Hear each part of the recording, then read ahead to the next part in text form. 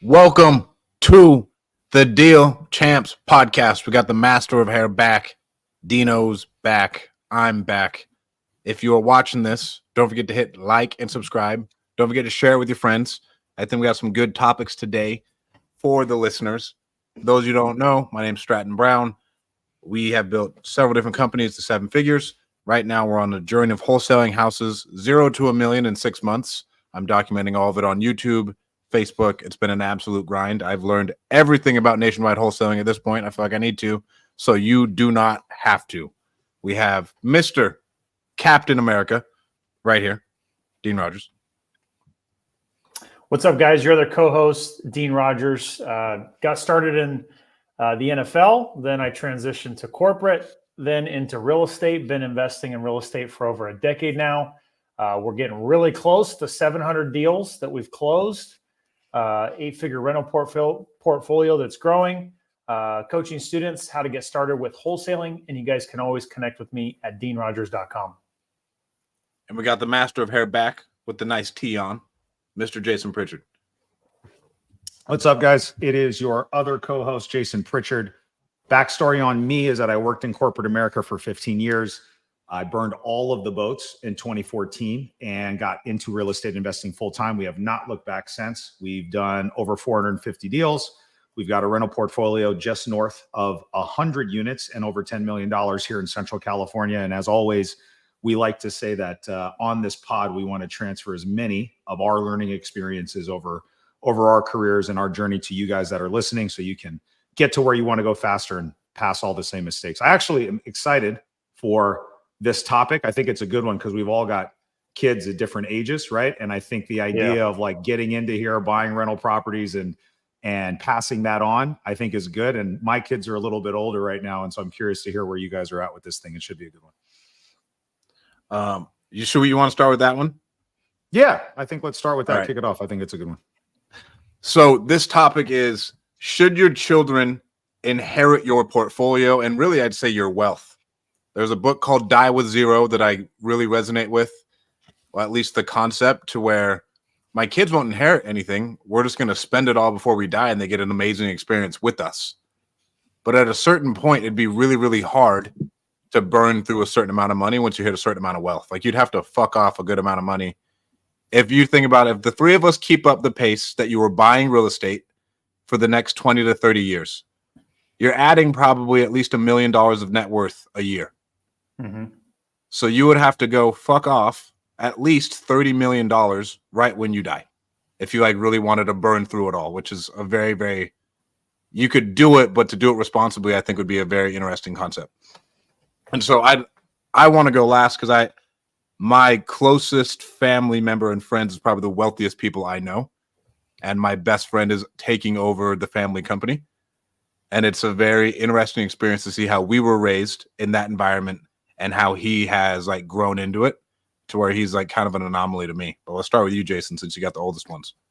Yeah, this is interesting, dude. I am very, very driven by the idea of accumulating wealth and creating a legacy and passing that legacy down to my kids, grandkids, whatever it is. That's a very big driving force on why I work as hard as I do. And I'm in a weird space right now, dude. And this is why it's interesting to me. I'm in a point where I've got two kids. They're 23 and 21. The 23-year-old and I are like this right now. Like, we are butting heads on every single topic. And he's like at this age in his life where he wants to do the exact opposite of everything that dad is telling him right now. Right. And so I know, and I hope that it's probably not going to be like that for a long time, but right now it is. And it's been like that for a little while, dude. And so he literally wants nothing to do with anything that I'm doing right now. And even though he is like basically just scraping by, living with some buddies, just like not really doing anything. And in my head, it kind of screws with me a little bit, man, because I have so many people that reach out to me, especially Who young would men. kill Like men that another are person younger to talk to you. And they're like, dude, Right. Can I just come work for you for free? Can I have a job? Can I do this? And I'm like in my head with my son, I'm like, listen, dude, like right here under my wing, it's very warm. I can help you out. Why don't you just come? Why don't you just come home and like listen to dad? You said dude? It's warm. And he just won't, man. And we've tried it. It's not like we haven't tried it. Like we've tried it and it just doesn't work right now. And so that being said, I'm not deviating. I'm not changing course. That driving force for me, I think, is still a big thing there. I have a lot of faith, and I believe that eventually we will kind of reconcile and figure out this little rift that we have right now. Short answer to the question is yes, I do think that the kids should inherit it, but there needs to be a plan. And the way that we would structure it is going to depend on where we're at in life. And right now, one of the discussions that Jen and I are having are like reevaluating what we're doing with our trust, because our trust right now is set up where everything is split 50-50. There aren't really any parameters or guidelines as far as like we have my sister that's there that would be overseeing it, but it's basically like a clean split between the kids. And neither of the kids right now are in a space where they could, God forbid, something happened to us, the money, the real estate, neither of them would have any idea what to do with it. Right. So I think we need to go back for the time in the season of their life that they're in right now. We have to create some different parameters and have somebody in place that is like guarding the drawstrings of all of this stuff and kind of slowly letting it out versus just one big lump sum. And I think that evaluation process has to change and morph over time as they get older. So yeah, I don't know. I'm curious to hear what you guys think about that. What about you, Dino? Yeah, so there's a couple different things to break down. I too also love this topic because I feel like it pushes a really big button on me of like Jason, my driving force is I want to leave a massive legacy. I want the Rodgers name to be remembered. I want there to be like a footprint, right? And not just later on in life, not as I leave, but I also want that to happen now, you know? So that's another driving force why to push now, because I am in a season of life where I have young kids. And so I am constantly balancing when to push, when not to push. I just talked about it on my team meeting today that, you know, I've been without our babysitter or a house cleaner for the past 2 weeks. They both decided to go on a vacation at the same time. That's terrible. Inconveniently. And it's absolute chaos, you know? So it's like, I'm being pulled into helping more than I usually do. I already do help a lot with cooking and, you know, picking up, taking kids to sports and all that kind of stuff. But now it's like even more involved. So that balance as an entrepreneur, as somebody who's driven of spending time with your kids now versus building for the future is already a balance that is challenging and you have to really put a lot of thought to. And I'd say I'm decently balanced. And sometimes it's balanced really well. Sometimes it's one way or the other. But when I think towards the future, what do I want for my kids? It goes to the legacy. It goes for the whole reason why well, let's be honest. I think most people are doing this for themselves also. Like I want to see how awesome I can be. I want to see what my potential is. I'm motivated. I'm competitive. I'm driven. Like I want to win. And if I'm not in that environment, I feel like, what's my purpose? You know, I feel like, yes, I can spend time with my family and I love that. And those are great memories. But me as a person, I'm driven to win and succeed as well. So part of this journey is for myself. And I think we'd all be lying if we didn't say that. But I'm building, you know, a lot of the rentals that I have, I could take those chips off the table and I could be, you know, balling out, so to speak, and having fun and making personal, you know, choices on trips or houses or all that different type of stuff. But for me, I want to put my kids in the position to where, like how I see some other kids that maybe came into wealth, that must be nice. Man, I wish I was them. That must be pretty cool. I want to create that for my kids. And I think it's important to also say that what drives people to lead, whether they want to leave that for their kids or not, is going to really depend on how you brought them up and also how receptive they are to that, right? Because Jason, you said you're bumping heads with some of your kids right now. Like naturally, that's got to mess with you a lot. Like you've got to be frustrated. You got to be confused. Like, hey, I'm doing this for the family, and like that's got to be a major internal conflict. It's like literally the only like big issue that I have in my life that I would characterize as a big issue. That is like I would say my life is perfect. It's never perfect, dude, but it's like the best that it's probably ever been in every other area, bro. Financially, we're doing incredible, having an amazing year. The business is doing great. The stuff we're doing with Deal Champs is good. My health is great. All my other relationships and my family and everything are thriving, bro. It's like this. It's just like this one thing, dude. And it really is like a kind of a mind fuck for me, bro. You know what I mean? Because I get so much positive feedback from other younger men, especially. And it's like, dude, like, how could I have missed the mark here? You know what I'm saying? Like, how did I miss the mark with this kid? Yeah. And I think back to me, this is turning into a little bit of a therapy session. So just bear with me here. So like say, how can I, like, for me, I was an idiot when I was 23, dude. Like when I was 23, I was completely off the rails. And so I always go back to that. And I'm like, I wasn't thoughtful. I wasn't going out and reaching out to my dad and like expressing gratitude and showing like kindness for all the amazing things that my mom and dad had done for me. So I know that he's in his stage in his life. Yeah. And I know deep down he's a good kid, but like it sucks, bro. You know what I'm saying? And then it makes me think about like, okay, God forbid, you know, we all know nothing's guaranteed tomorrow, dude. Nothing's guaranteed after we get off of this thing. Like if something happened, what would be the game plan, bro? And right now, giving him access to everything that we have would probably not be good for him. It would probably be detrimental and be a bad thing. Yeah. And so we have to adjust some of the stuff that we're doing when it comes to this. Yeah. So as I think through like what my plan is, my plan and what I believe in is I want to create this legacy. And when we talk about, you know, inheriting the rental portfolio that we're building, I want them to inherit that. And I want it to be as big as possible. And my underlying goal is to put them in the position to have the right mindset, to have the right information and education that I've helped provide to them to where they'll know what to do with it. And I too, when putting my trust together, put guardrails as to when they'll actually inherit it. It's not day one. If, you know, we kick rocks today, it's rolled out. They get certain percentages at certain ages. And I wasn't too strict for it to be like, you know, in their 30s or something like that. Like I want it to be at a younger, more mature age, but I think that's important. And I want them to be able to have more opportunities than less. And so that's my take on it. I think it's actually pretty wild. I think you've got to be so rich that you're willing to spend all of your money and just get rid of it all. Like, I think the only people I've heard say that are the people that are like ultra mega, like 100 millionaires that are saying stuff like that. And their kids have already been growing up flying in private jets, and they're just kind of sick of that, and they want them to struggle.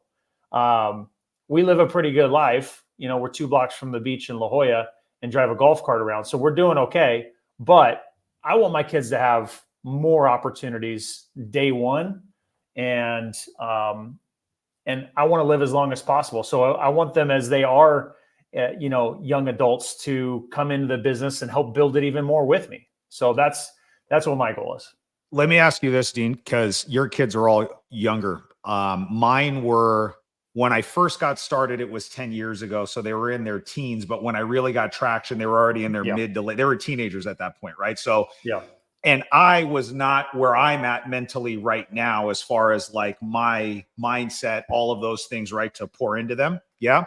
So are you concerned as a dad about, you know, I think one of the reasons why we are as successful as we've had is because we did, you know, have to struggle. We didn't have anything given to us. We had to work our ass off to get here, and it built that muscle and that work ethic. What's your plan to balance with your kids?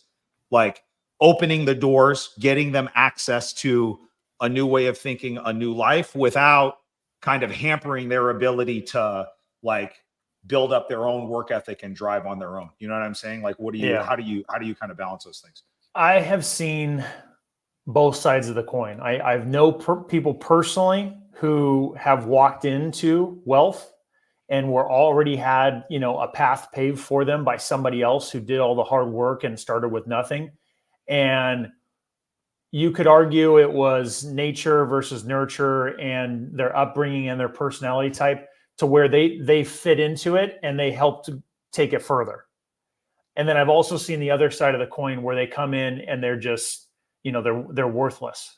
And, they totally F off all that was given to them. They're not appreciative. They're not nice people. So I've seen all of the above. Yeah. And so I feel like just based on the way my kids are already and the way we try to bring them up, what's hilarious about this, and this will change over time and hopefully continues on the same path we want. But I think most parents would say, like, when dealing with their kids, their kids give them a hard time. And there's exceptions all over the place, but like our kids will give us a hard time. They'll push back. They're good kids, but they'll also push back and, drive us nuts. Whenever we take them anywhere, to school, to an event, to whatever it is, we get an overwhelming amount of compliments about how thoughtful they are, how kind they were, and we're like, are you sure? Because like at home, they're a pain in the ass. So to me, I feel like we're doing the right things, being in an entrepreneur house, being in a challenging the status quo house. My wife is very much not the same path of swimming upstream with the fishes, or swimming downstream with the fishes. She's going upstream the opposite direction. She's looking at other things, and she's helped me see life in a whole different way too that I appreciate. So it's a long-winded answer to say, I feel like I'm not struggling with it, and I'm driven to continue to push more, and we'll see how things adjust going forward. But I feel very hopeful that they're going to walk into a situation where they take it and expand it. And the fact that we have 4 kids with another on the way, 5, which is insane to say, a whole hand. There's at least going to be a couple of them that odds are in your favor. Right. At least one of them is going to figure it out, dude. Yeah, that's right. Yeah. So I feel like odds are in my favor. It's a real thing.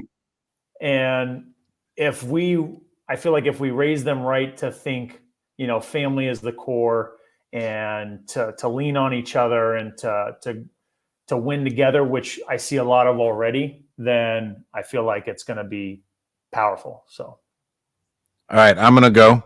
Ignore my video at this point, but you guys can hear me, right? We can hear you. All right, there we go. So the number one thing I've thought about is like Bernard Arnault. Bernard Arnault is like 3rd richest guy in the world.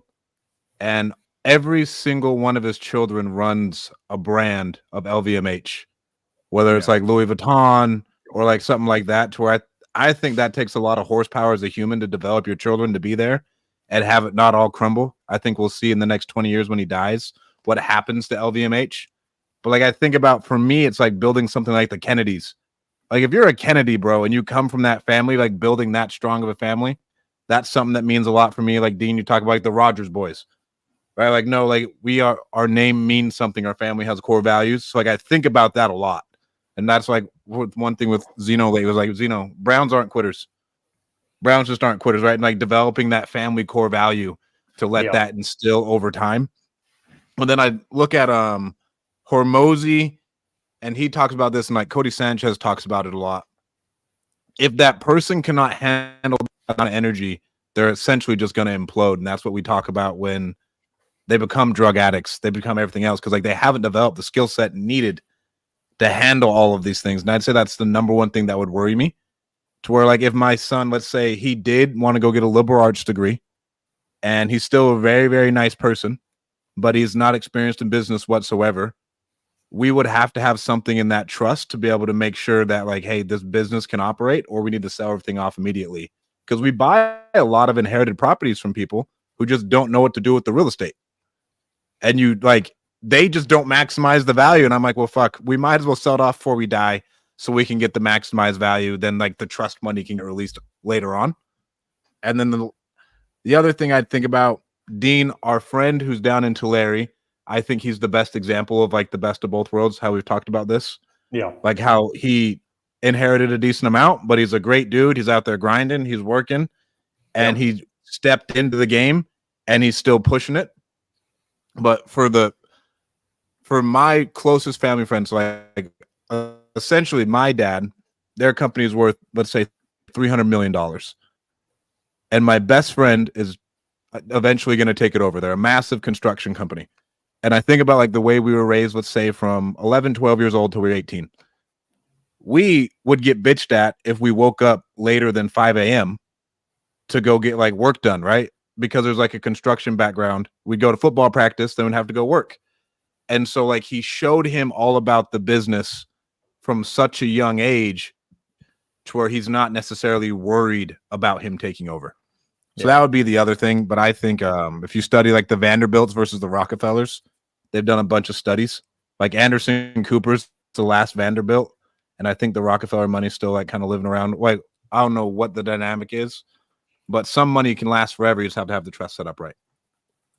Couple questions I want to ask you guys. One, is there a scenario where you could see, and it doesn't even have to be like a crazy falling out or whatever, where it would not make sense to have some of the money go to one of your kids? I think we've all got multiple kids, like Stratt. I know you've got Zeno and that's it, but like I've got 2, Dean's got 4 with a 5th on the way, right? Is there a reality where you could see, like, for me, I guess the question, because I'm not having any more kids, it's like, hey, maybe one kid gets one kid doesn't, or could one of your children do something where it just doesn't make sense to you and you're just like, nope, this isn't going to happen? Or will you always earmark something and have it be equal between all the little ones? Yeah, we have a provision in our trust that talks about them basically staying out of trouble, just to sum it up. So if they're doing drugs, if they're going to jail, they're just doing stupid stuff, then they're not going to get what they're supposed to, right? And I think that just plays into what I think Stratt was saying, where like some people will, just mess it all up and become, into drugs or drinking and just throwing their life away and throwing away the resources that were built for them. So I think that's what we have in ours. Real quick, I don't know how relevant this is to go into. I didn't realize Anderson Cooper was a Vanderbilt. Is that? Yeah. That seems pretty damn He's a interesting. legitimate Vanderbilt. Yeah. I just typed. He's the last one, and like there's no money left over. There's no money left over. He's the last Vanderbilt. And like they've done studies about why his family doesn't have any money left versus like the other robber baron families have tons of money left. And like they still like hundreds of millions and billions of dollars to where it's just him. And he essentially had to make a name for himself. Like Anderson Cooper really didn't get handed a lot. And like he's still, I'd say, a pretty big name. He's done well for himself. He's got to be making $20 million a year as a media personality. And so it's really, really different. One thing I heard recently from, I think Dan Martell did an interview, and I can't remember what podcast it was at the end, but they asked him at the end, like, hey, basically this question, right? You're very successful. Dan Martell's worth, I don't know how much money, but a ton, right?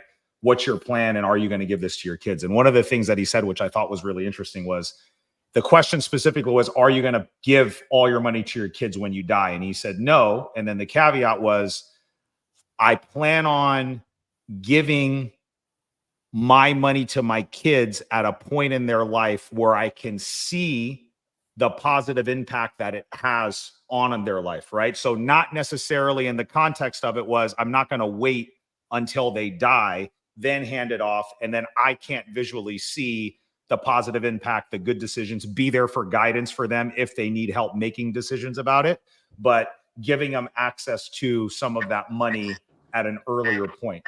Do you think either of you would consider doing that, or is it all going to be after you pass away and then that's it? I think a mix. So as a question, will we give some of the wealth to the kids while we're still alive? He said he's not going to wait till he dies to pass on his inheritance to his kids, because his thought process is, why would I wait until he dies? And he referenced some book that I can't remember. Basically, like it was just like it to me. I was like, damn, that makes a lot of sense, dude. You know what I'm saying? It's like, wouldn't they need your guidance, right? like, wouldn't you want to see the type of impact that it has on their life and see the good that it does? So he's like, no, I'm not going to wait. I'm going to do it earlier on. And now when that actually happens, I don't know, but it was an interesting point, and I thought that was good and something that made me think. I don't know if you could trust someone with that much money is like the biggest thing. Like, let's say you in 30 years, Jason, if you're not worth $100 million, knowing you, I don't think you'd be very happy. Yeah, right? I think 100 million is the like the if bar you weren't worth sure, $100 million in that amount of time, and so then you're like, hey, okay, at this point in time, can my child handle this amount of energy? Do they even have an idea what to do with it? Do they even want this?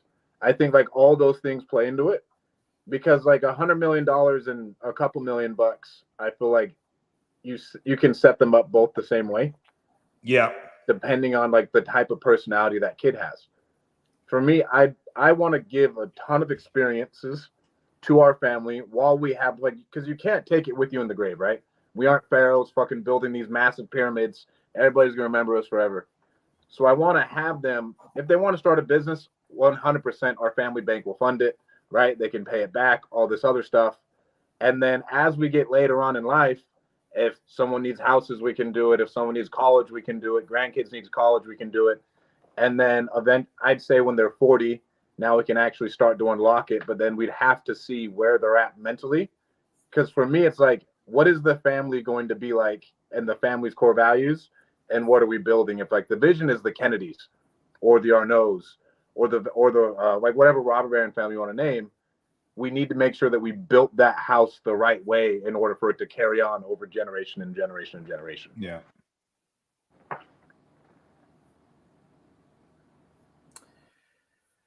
Yeah, I think the concept of giving it to your kids and sharing it with them while you're still alive is amazing. I love that. And personally speaking, that made me kind of think things. And the way I envisioned it was I would bring them into the business and let them participate. But, if it's going to be where I would hope and want it to be, my oldest is 8.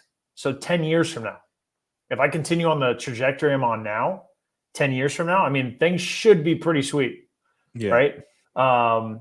And 10 years is a lot of time. I mean, that's how long I've spent in the business now. So to think another 10 years with the momentum and knowledge and experience, it should be compounding exponentially over the next 10 years. So for me to envision my 18-year-old oldest son coming into the world as a young man, man, I would love to break him off a piece of that and say, hey, let's have you grow this in a certain particular way. I haven't really thought through how that would be grown or, what the goal would be, but rather than just bringing in to actually like hand it off. Now, I can use a real life example. There is a friend of mine from high school, still friends with him, and his family is very wealthy. The family he married into is very wealthy, like superpowers. Okay.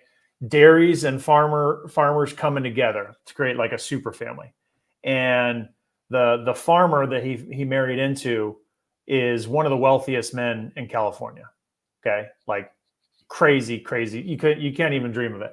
My buddy who's in insurance, when he was just getting started, said he got the spreadsheet of all of his properties just to give the guy a quote. And he said he was scrolling through all the properties. He couldn't believe how many times he had to scroll just to get through his portfolio. And anyways, he gave my friend a $2 million loan when we were just getting into our working career, and said, right now is the best time to buy real estate, because this was in the 2011, 12, 13 timeframe. And real estate was dirt cheap. So he gave him a $2 million loan and said, go buy as many properties as you can, pay me back over time. And that's exactly what he did. And he's only built it from there and built his dairy and all these other things. But that's freaking cool. That is the type of stuff that I would love to be able to do. And Stratt, you and I have talked about another friend of mine whose family is, has become very big in Temecula, and the dad, the patriarch, is like the guy. He literally owns parts of Temecula and like started his own soccer league on the property that he bought, and showed up in an ice cream truck after every Saturday game and would give it to everybody for free. Like, he's that guy who would just provide experiences, and I think that's amazing. So as much as that as I can do, I'd like to. I would. Do you guys ever think about your children aren't going to have enough trauma to get to where you want? Like, because if you think about it, like the Have enough drive that drive. it, yeah, like the drive comes from somewhere. Like Elon Musk, yes, is a genius, but Elon Musk was fucked up in the head as a child. And that's where that drive, like that maniacal drive comes from that wants you to build something like that. And like I was listening to Founders, Jason, and he did one on the Rothschilds. And the Rothschilds have been like one of the most successful families over time. And one of their biggest things was we need to have multiple children, no matter who in the family it is, you need to have multiple children. And they've done this year over year over year. And it took 3 generations for another like solid entrepreneur child to come into the family to like take the torch and do it again. Yeah. Like, and so like I think about stuff like that to where I hopefully my children don't like aren't as like maniacal and want to work as much as I do, and they want to enjoy life and not be like Nick Saban, enjoy something for 30 minutes and let's keep it pumping, But like I do think about that because like I could give them all of it, but they don't care. Like it just doesn't matter to them to go out there and build something. They do just kind of like want to live their life. They're happy. That is one thing I would be worried about is like it's wasted because you could give them all that stuff and then they don't even do anything with it, even philanthropically. Dean and I were talking about this when you were off stage for a sec, and I don't know what the answer to this question is because I've never had firsthand experience with the flip side of the coin. What my life experience has been is all of the challenges that I've had in my life, I feel like are directly contributing factors to why I am where I am now. And so that's what Dean and I were talking about. How do you recreate that? Because it's like a double-edged sword, dude. You know what I mean? Because I don't necessarily want my kids to have to struggle or have challenges, right? We want to open their brains up to a different idea, a different way of life, to different potential, and set the thermostat much higher. So when they're starting off from here, their life experience is just completely different than kind of where like the three of us started from, right? But how do you transfer drive and work ethic and kind of that blue, I don't know, for the lack of a better word, like a blue collar mentality, and just go and just be willing to put in the work when a lot of the stuff not only has been handed to you, but I also think there could be like some collateral damage with the perception of, oh, you're successful because daddy was successful. You know what I'm saying? Like, and how my son, I know for sure deals with that, bro. I know for a certain fact that he deals with that, right? And not that like I'm anything like close to like what we're talking about, but I know for a fact that even within our family, right, people look at me now in a different light, right? And so now the expectation for little Jason is just a little bit different. And so he's struggling with that. And then when you compound that with the opinion of the outside world, and it's like, oh, you're a daddy's boy, or oh, you're only here because of blah. I know that will screw with some people's head, and then they have to reconcile that, dude. So it's interesting, man. Bro, Trump had to defend himself on a national debate because he inherited money from his father. Yeah. Like, think about it like that still. Yeah. And they knew that would get at him. Of course. So it's not like a little thing. And they inflated it like crazy too, to like overplay. But that's a perfect example. I think the story is he was given $1 million. $1 million loan from his dad. Yeah. He was given more than that, but at scale, it's nothing. Like I thought it was $1 million. Maybe it was more, but regardless, the fact that he took it and from a very early age was super driven, potentially because of what you guys just said right now, wanting to get out of the shadow of successful dad and make a name for himself, turning it into billions of dollars. So whether you like the guy or not, like that is an example of taking an opportunity of wealth that was created and a path paved in front of you that you could exponentially grow versus, throw it all away and burn it all down. I think you have to get to, I'd say you got, Shamus probably has a family office, right? If you can get to at least 100 million, I feel like a family office with the trust alleviates a little bit of like the anxiety just with how those things operate. We're like, hey, this is like set up to run and invest and donate at a very, very high level. And like we have people, and they've been doing this for people for generations, Yeah. right? Because people have been running into this for years. Ever since like time has began, this has been an issue. So I think, and here comes Stratton saying like you got to go bigger again. But the bigger may be the easier because now you can actually afford to bring in people like that to help that transition of like our family, because like no one in our families has ever been in a situation like that, and so we are the first catalyst to where if you're in a big mansion and there's a photo up of grandpa, like yeah, no, grandpa's the one who like really set this up. Yeah. Grandpa's the one who took the risk. Grandpa's the one who bet the farm, and now here we are. Here's the estate. He's the reason why we got there. I think it's funny you said family office. I actually do think about that a lot. One of the, I don't know, whatever markers or milestones that I shoot for when it comes to this topic of conversation is like getting it to a point where you're big enough to be able to take it to a family office. And then I feel like you have some more guardrails. I'm not an expert when it comes to family offices, but like based on what I know and the research that I've done, you find the right one to help you manage some of this stuff and you put those guardrails in place. It does help kind of eliminate some of or mitigate some of the risk of like the kids just coming in. The more that we talk about this, I don't envision here you go, son one and son two, here's half and half and just you're going on your way and then you go from there. I actually think that that's probably setting them up for failure. I do think that there is money that's released along the way. There's a big chunk of money that goes to a charitable cause or like something that makes you feel good to help you impact and have a positive impact. And then the big portion of it is run and controlled by people or something like a family office where they know exactly what it is that they're doing. And there are some very clear guidelines on when the kids can actually touch some of that money and get access to some of that money. But I think growing it to that point, I think is one of the milestones that I've had in my head to just be able to here and just hand it off and then go from there. Dean, Jason, I'll ask you this as like a contrary, but Dean, what skills are you trying to teach your kids so they actually can like handle it? And then Jason, what do you wish you would have shown your kids? I mean, your kids are grown. Our kids are like 6. So like, what skills do you wish you would have shown your kids now that you're here? Because you got started like halfway through adulthood, I would say, like into the business game of like thinking big. Hey, here's what I'm gonna build, and then money hit a little bit later in life. So like, what would you would have shown them earlier? For my kids, dude, going back, and I don't have regrets per se, because you just don't know what you don't know, bro. Like when I was just starting out, like I didn't know the stuff that I know now, bro. So I can't go back and beat myself up. What is something you wish you would have been able to show them? What I would have shown them more is more mindset related stuff, and specifically like the transferring of confidence. Like I didn't play pro sports, but I grew up playing sports all through high school. Basically, I started when I was like 3 and I played sports all growing up. And so I was always coached very hard. Right. And I think I actually responded well to that. You know what I'm saying? Even though in the time when I was young, sometimes you lash out a little bit against that.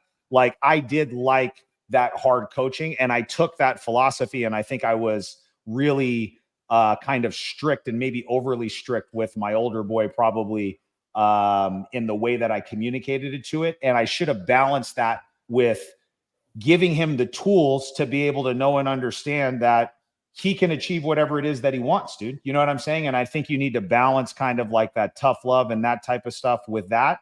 And I think as he's gotten older, looking back, I would have transferred more confidence, and specifically like giving him the critical thinking skills and the problem solving skills to overcome some of these things versus just being like, put your big boy pants on, dude. Let's go be a man about it. You know what I'm saying? Like that works to a certain extent in certain instances, but it's not the answer to every single problem in your life as a young man, dude. Yeah, I'm glad you framed it first with the mindset piece. Because, and not specifically just by saying mindset, but the confidence. Confidence, I think, is what most people are lacking. And I can say, because of my experience and, making it to the NFL with sports, it's like the biggest thing ever, bro. For me, oh my God. For me, the confidence that I had, I didn't have the career I dreamt of because of, making the decision I did with, beating my head against a wall for a living, and getting moved to fullback. But the confidence of literally playing at that level and knowing that I could, and getting that,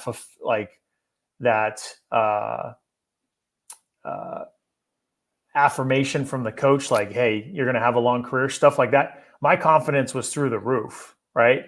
And knowing that I could perform at a high level, that has certainly carried on. Now, I will say 100% that once I got into the real world after playing football, I had to refine my confidence, because now I felt like, 100%. well, who am I now? And now I'm nobody. I'm having to start from scratch. So I had to regain my confidence, and my confidence only came from applying the skills I had gained from football, which was to do the work and to do it relentlessly and to just be consistent and not give up. So I regained my confidence through doing the work and finding my way. But the confidence piece, my God, that is one of the biggest pieces. And I will say for sure that we're definitely teaching our kids lessons now in the competitive soccer they're playing in and the basketball they're playing in.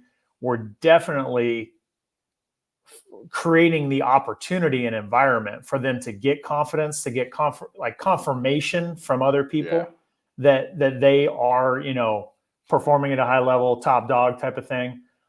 So there's no doubt that they walk around with a little swagger, and they'll say stuff like, hey, I'm really good.